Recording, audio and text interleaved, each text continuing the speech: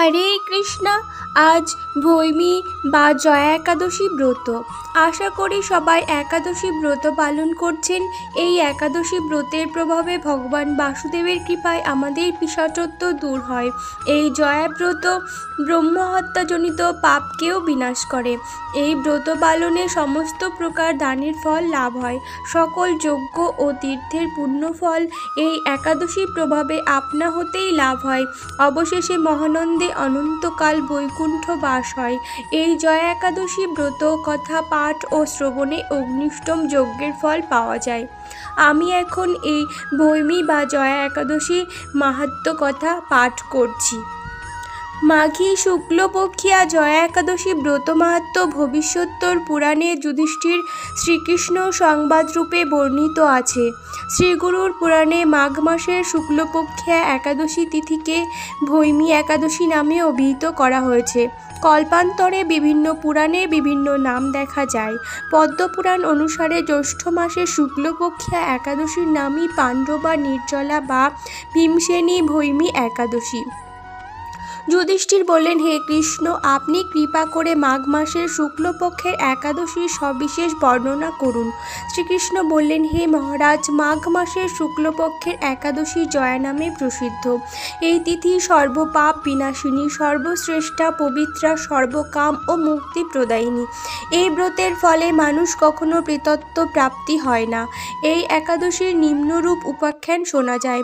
একসময় স্বর্গলোকে ইন্দ্র রাজত্ব করছিলেন। সেখানে অন্য দেবতারাও বেশ সুখেই ছিলেন। তারা পরিজাত পুষ্পশোভিত নন্দনকাননে অপ্সরাদের সাথে বিহার করতেন। একদিন 50 কোটি অপ্সরা নায়ক দেবরাজ ইন্দ্র স্বেচ্ছায় আনন্দ ভরে তাদের নৃত্য করতে বললেন। নৃত্যের সাথে গন্ধর্বগণ গান করতে লাগলেন।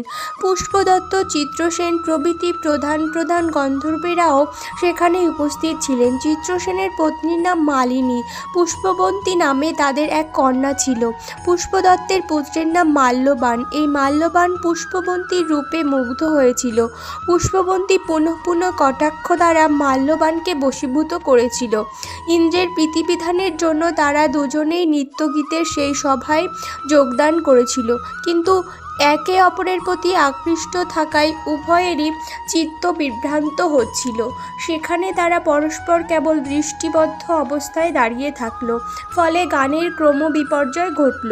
তাদের এইরকম তাল মানভঙ্গ ভাব দেখে তারা যে পরস্পর কামাসক্ত হয়েছে, দেবরাজ ইন্দ্র তা বুঝতে পারলেন। তখন ক্রোধবশে তিনি তাদের অভিশাপ দিলেন, রে মূঢ়, তোমরা আমার আজ্ঞা লঙ্ঘন করেছ, তোমাদের ধিক। এখনই তোমরা পিশাচ যোনি লাভ করে মর্ত্যলোকে নিজ দুষ্কর্মের ফল ভোগ করো। ইন্দ্রের অভিশাপে তারা দুজন দুঃখিত মনে হিমালয় পর্বতে বিচরণ করছিল। পিশাচত্ব প্রাপ্ত হওয়ায় তারা অত্যন্ত দুঃখ ভোগ করতে লাগলো। হিমালয়ের প্রচণ্ড শীতে কাতর হয়ে নিজেদের পূর্ব পরিচয় বিস্মৃত হলো। এইভাবে অতি কষ্টে সেখানে দিনযাপন করতে লাগলো। একদিন পিশাচ নিজ পত্নী পিশাচিকে বলল, সামান্য মাত্র পাপ করিনি, অথচ নরক যন্ত্রণার মতো পিশাচত্ব প্রাপ্ত হয়েছি। অতএব এখন থেকে আর কোনো পাপকর্ম করব না। এইভাবে চিন্তা করে তারা সেই পর্বতে মৃতপ্রায় বাস করতে লাগলো। মাল্যবান ও পুষ্পবন্তীর পূর্ব কোনো পুণ্যবশত সেই সময় মাঘী শুক্লপক্ষিয়া জয়া একাদশী তিথি উপস্থিত হলো। তারা একটি অশ্বত্থ বৃক্ষতলে নিরাহারে নির্জলা অবস্থায় দিবানিশি যাপন করল। শীতের প্রকোপে অনিদ্রায় রাত্রি অতিবাহিত হলো। পরদিন সূর্যোদয়ে দ্বাদশী তিথি উপস্থিত হলো। জয়া একাদশীর দিন অনাহার ও রাত্রি জাগরণে তাদের ভক্তির অনুষ্ঠান পালিত হলো। এই ব্রত পালনের ফলে ভগবান বিষ্ণুর কৃপায় তাদের পিশাচত্ব দূর হলো। তারা দুজনেই তাদের পূর্বরূপ ফিরে পেল। তারপর তারা স্বর্গে ফিরে গেল। দেবরাজ তাদেরকে দেখে অত্যন্ত আশ্চর্য হলেন। তিনি জিজ্ঞাসা করলেন, কোন পুণ্য ফলে তোমাদের পিশাচত্ব দূর হলো? আমার অভিশাপ থেকে কে তোমাদের মুক্ত করলো? মূল্যবান বললেন, হে প্রভু ভগবান বাসুদেবের কৃপায় জয়া একাদশী ব্রতের পুণ্য প্রভাবে আমাদের বিসর্জত্ব দূর হয়েছে। তাদের কথা শুনে দেবরাজ ইন্দ্র বললেন, হে মাল্যবান, তোমরা এখন থেকে আবার অমৃত পান করো। একাদশী ব্রতে যারা আসক্ত এবং যারা কৃষ্ণ ভক্তি পরায়ণ তারা আমাদেরও পূজ্য বলে জানবে। এই দেবলোকে তুমি পুষ্পবন্তীর সাথে সুখে বাস করো। হে মহারাজ, এই জয়াব্রত ব্রহ্মহত্যাজনিত পাপকেও বিনাশ করে। এই ব্রত পালনে সমস্ত প্রকার দানের ফল লাভ হয়।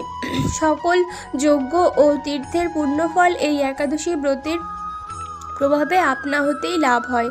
অবশেষে মহানন্দে অনন্তকাল বৈকুণ্ঠ বাস হয়। এই জয়া একাদশী ব্রত কথা পাঠ ও শ্রবণে অগ্নিষ্টম যজ্ঞের ফল লাভ হয়। হরে কৃষ্ণ, রাধে রাধে।